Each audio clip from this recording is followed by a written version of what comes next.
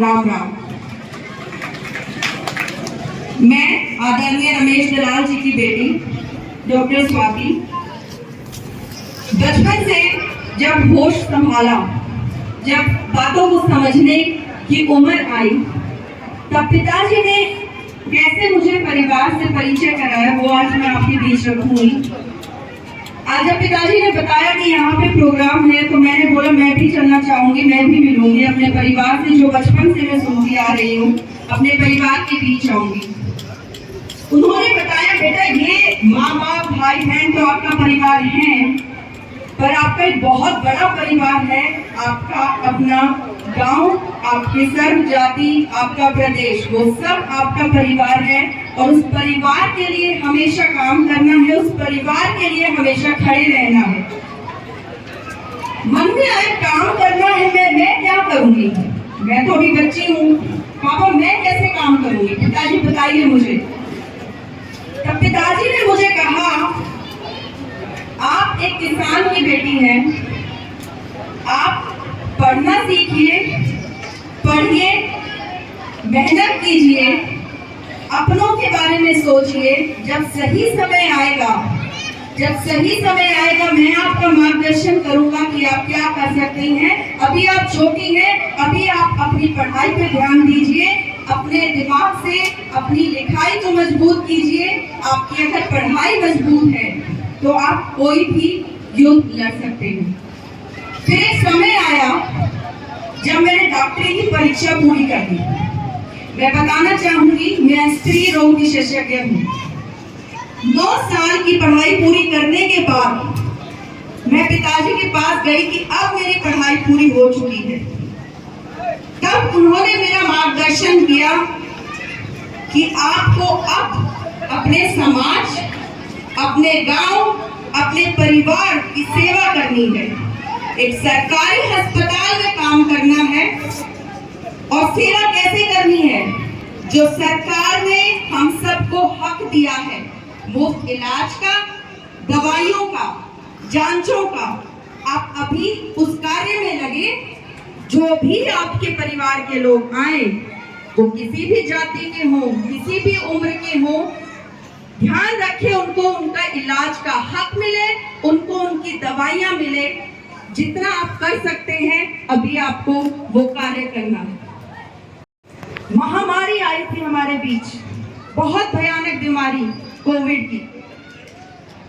आप सबको याद होगा वो दौर जब सब हम डरते फिर रहे थे, सब कुछ बंद हो गया था, सब घरों में थे। तब मेरा बच्चा 2-3 साल का था। एक बार मेरा भी पैर डगमगाया। पिताजी ने कहा, ये तो आपका छोटा परिवार है, आपके पूरे परिवार को, आपके समाज को आपकी जरूरत है। कोविड से डरने की जरूरत नहीं, ये तो एक बीमारी है। आप उस वंश की हैं जहां बुआ भोली ने सेनापति को मार दिया था, जो कभी पीछे नहीं हटते। आपको पीछे नहीं हटना है, अपने समाज के लिए उनकी रक्षा करनी है, उनकी सेवा करनी है। इस मुश्किल समय में आप पीछे नहीं हट सकती। मैं बिना डरे काम करती रही। दो बार मैं कोविड से पीड़ित हुई। डर लगता था। तब पिताजी ने फिर एक और वाक्य कहा कि बेटा, जब मैं कभी कमजोर पड़ा तो मैंने एक बात सीखी, वो आज तुझे बता रहा हूं और आज मैं आप सबके बीच में बता रही हूं। मुकद्दर से कह दो अकेला नहीं हूं मैं, दुआओं का काफिला मेरे साथ चलता है। ये जो पिताजी का आप सबके साथ 40 साल का रिश्ता है, जो ये इतना बड़ा परिवार है, जो सब परिवार की दुआएं हमें मिलती हैं, उन दुआओं से मैं 2 बार कोविड पीड़ित होके भी आज आपके सामने सही सलामत खड़ी हूं। ये सब आपके आशीर्वाद, आपकी दुआओं का नतीजा है।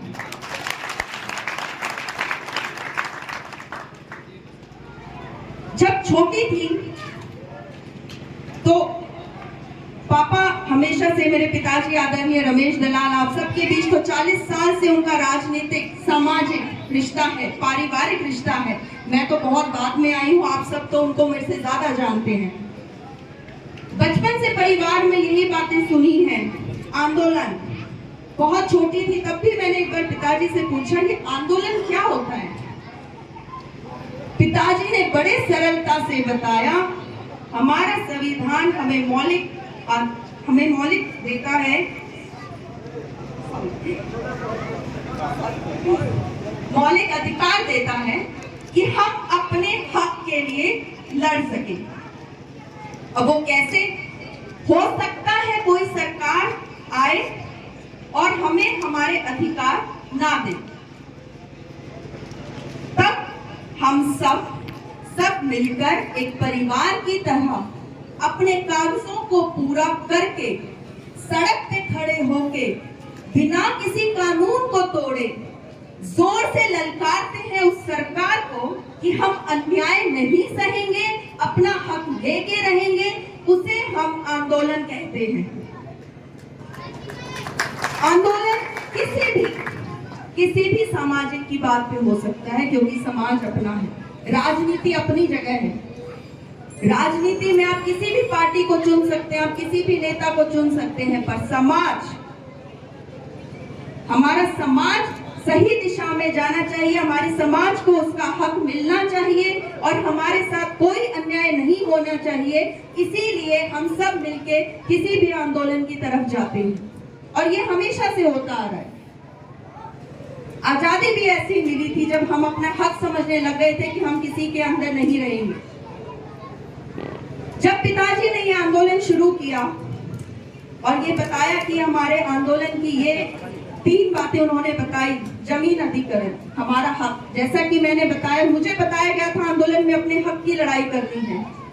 जमीन तो हमारा हक है, हम किसान हैं। जब उसकी हमें कोई सही मूल्य नहीं देगा तो कैसे चुप बैठेंगे?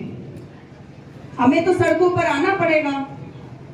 तब पिताजी ने बोला कि मैं मजबूत हूँ, मेरी कागजी कार्रवाई मजबूत है। आप सब जानते हैं, सुप्रीम कोर्ट के वकील हैं, मुझे बताने की जरूरत नहीं, मैं मजबूत हूँ। और उन्होंने एक वाक्य बताया कि सर छोटू राम ने कभी कहा था कि किसान आंदोलन कैसे जीतता है, 2 तरीकों से। आप कागजों में मजबूत हैं और सड़क पर आपका भाईचारा, आपका पूरी परिवार सड़क पर मिलकर अगर खड़ा है तो आप इतनी जोर से दहाड़ सकते हैं कि सरकार को ललकार कर कह सकते हैं, हम अन्याय नहीं सहेंगे। और मैं मजबूत हूँ।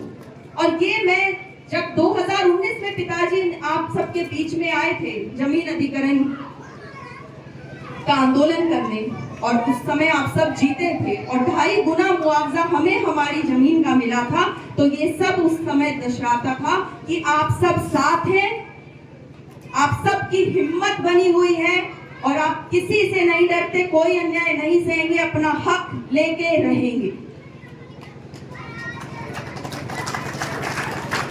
अब दो और मुद्दे जब पिताजी ने उठाए, समगोत्र विवाह। यहां बैठे बहुत से मेरे बुजुर्ग, मेरे दादा, ताऊ, काका, दादी, ताई, काकी, ये सब समझते हैं समगोत्र विवाह को। ये क्यों गलत है? हो सकता है मेरी आज की युवा पीढ़ी ना समझ पाए। जब ये कानून बना था आजादी से पहले, एक गोत्र का मतलब है कहीं ना कहीं हम सब एक वंश के हैं। उस समय हम सबको पता था कौन किसका परिवार है, तो किसी ने इस कानून की तरफ इतना ध्यान नहीं दिया, क्योंकि हम सबको पता था कोई शादियां नहीं करता था एक ही गोत्र में। जैसे जैसे परिवार बढ़ता गया, परिवर्तन तो करना पड़ेगा। जब परिवार बढ़ता गया, इतना बढ़ता गया कि ये बात पीछे रह गई कि हम एक गोत्र के हैं, तो इस जो हमारा कानून है इसको बच्चों ने थोड़ा सा दुरुपयोग करना शुरू किया। पर उसमें बच्चों की गलती नहीं है, किसी भी युवा की गलती नहीं है, ना बुजुर्गों की गलती है। थोड़ा सा हमारी गलती ये है कि हमें थोड़ा पहले उठ जाना चाहिए था, नींद से जाग जाना चाहिए था और उस कानून को बदलवाना चाहिए था। पर देर आए दुरुस्त आए, अब हम जाग गए हैं और अब इस कानून को बदलवाएंगे, ताकि हमारे बच्चों को भी, हमारे युवा को, हमारे आने वाली पीढ़ियां हमें ना कहे कि ये गलत क्यों होने दिया, आप तो हमेशा हक के लिए लड़ते आए हो, तो ये अन्याय कैसे सह गए। एक वैज्ञानिक बात भी कहूंगी क्योंकि डॉक्टर हूं। एक गोत्र में शादी करने से हमारी पीढ़ियां खराब होती हैं, ये सच है, इसमें कोई छिपा हुई बात नहीं है, ये वैज्ञानिक तौर पे सच है। आने वाली पीढ़ियां भी आपको कहेंगी कि इतने अपंग बच्चे हो रहे हैं, कमजोर बच्चे हो रहे हैं, तो आप सब क्या कर रहे थे? सवाल तो हमसे ही करेंगे। इसी बात से मुझे लगता है कि आज मैंने काफी समय ले लिया, आप सब बहुत समय से यहाँ पे इंतजार कर रहे थे, पर मैं एक बात कहना चाहूंगी, मैं बहुत खुश हूँ आप सबके बीच आके। उम्मीद करती हूँ कि आप सब भी मुझे प्रेम से अपनाएंगे, अपनी बेटी, अपनी पोती समझकर। आप सब ने मुझे सुना, बहुत बहुत धन्यवाद। आप सबका आंदोलन जरूर पूरा होगा, आप जीत के रहेंगे। जब पिताजी कुछ दिन पहले आमरण अनशन पे बैठे थे, तब बेटी हूँ, घबरा गई थी, सच कहूंगी घबरा गई थी। डॉक्टर हूँ, बेटी हूँ, भूखे रहना है, मुझे पता है शरीर में कैसे कमजोरी आती है, एकदम से क्या हो सकता है, हर पल घबराती थी। जो उस समय धरने पे थे वो जानते होंगे। तब पिताजी ने कहा था, जब आंखों में अरमान लिया, मंजिल को अपना मान लिया, तो फिर आसान क्या और मुश्किल क्या, जो ठान लिया तो ठान लिया। अब पीछे नहीं हटूंगा, जो हो जाए जीत के रहूंगा अपने समाज के लिए। 40 साल से आप सब पिताजी को जानते हैं, आप सब तो उनके साथ एक पूरा परिवार जुड़ा हुआ है, तो मैं उनके बारे में क्या कहूँ, बस इतना जानती हूँ, मुझे ये पता है कि हमारी शक्ति बहुत शक्तिशाली है। हम सब मिलकर इस आंदोलन को लड़ेंगे और जीतेंगे, क्योंकि ये हमारे समाज के लिए, हमारे आने वाली पीढ़ियों के लिए है। एक आखिर में 4 लाइनें कहना चाहूंगी। उम्मीद करती हूँ आप मुझे सुनने में, आपने मुझे अपनाया होगा। राह जहां तक जाएगी, राहगीर वहां तक जाएगा। राह जहां तक जाएगी, राहगीर वहां तक जाएगा। दरिया क्या बताएगा कि वीर कहां तक जाएगा। तू खींच डोर धनुष की, निशाना साध अपनी मंजिल पर। ये बाद में देखेंगे कि तीर कहां तक जाएगा, कि तीर कहां तक जाएगा। नमस्कार, राम राम। धन्यवाद डॉक्टर स्वाति सिंह जी। अभी अगर कोई प्रवक्ता बच गया है